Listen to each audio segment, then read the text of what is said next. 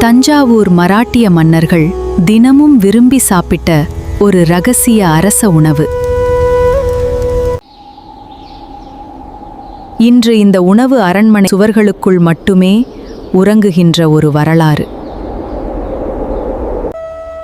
வணக்கம், நான் உங்கள் அன்னபூரணி பாட்டி. வாருங்கள், தஞ்சாவூர் அரண்மனை சமையலறைக்கு செல்வோம்.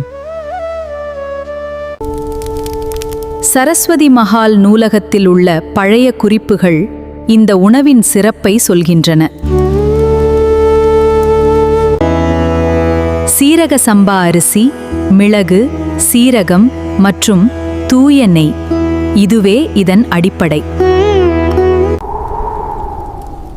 இந்த மசாலாக்களை கல் உரலில் இடித்து எடுக்கும்போதே அரண்மனை முழுவதும் மணக்கும்.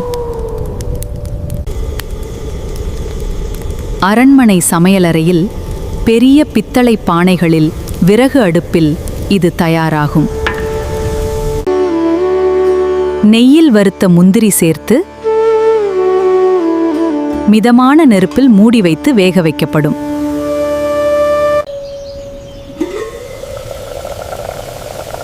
மூடிய திறக்கும்போது வரும் அந்த நறுமணம் சாமானியர்களுக்கு கிடைக்காத ஒன்று. மன்னர்களின் உணவு மேசையில் இது பித்தளை மற்றும் வெள்ளித் தட்டுகளில் மட்டுமே பரிமாறப்பட்டது. உடலுக்கு அதிக வலு சேர்க்கும் இந்த உணவு அரச குடும்பத்தினருக்கு மட்டுமே சமைக்கப்பட்டது. அரச விருந்துக்களில் இந்த சம்பா சாதம்தான் உணவின் முக்கிய அங்கமாக இருந்தது.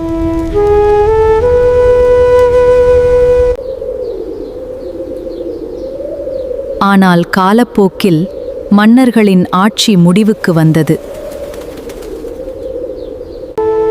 இந்த சுவையை பக்குவமாக சமைக்கத் தெரிந்த சமையல் கலைஞர்கள் மெல்ல மெல்ல மறைந்துவிட்டனர்.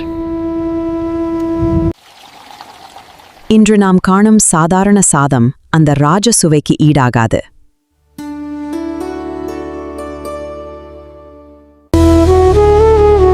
பழங்கால சுவடிகளில் வாழும் இந்த பாரம்பரியத்தை நாம் மீண்டும் மீட்க வேண்டும்.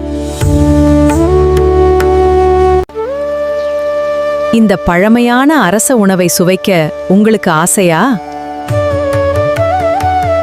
இந்தியாவின் அரண்மனைகளில் மறைந்திருக்கும் இன்னும் பல அரச சைவ உணவுக் கதைகள் நம்மை காத்திருக்கின்றன. அடுத்த பயணத்தில் மீண்டும் சந்திப்போம்.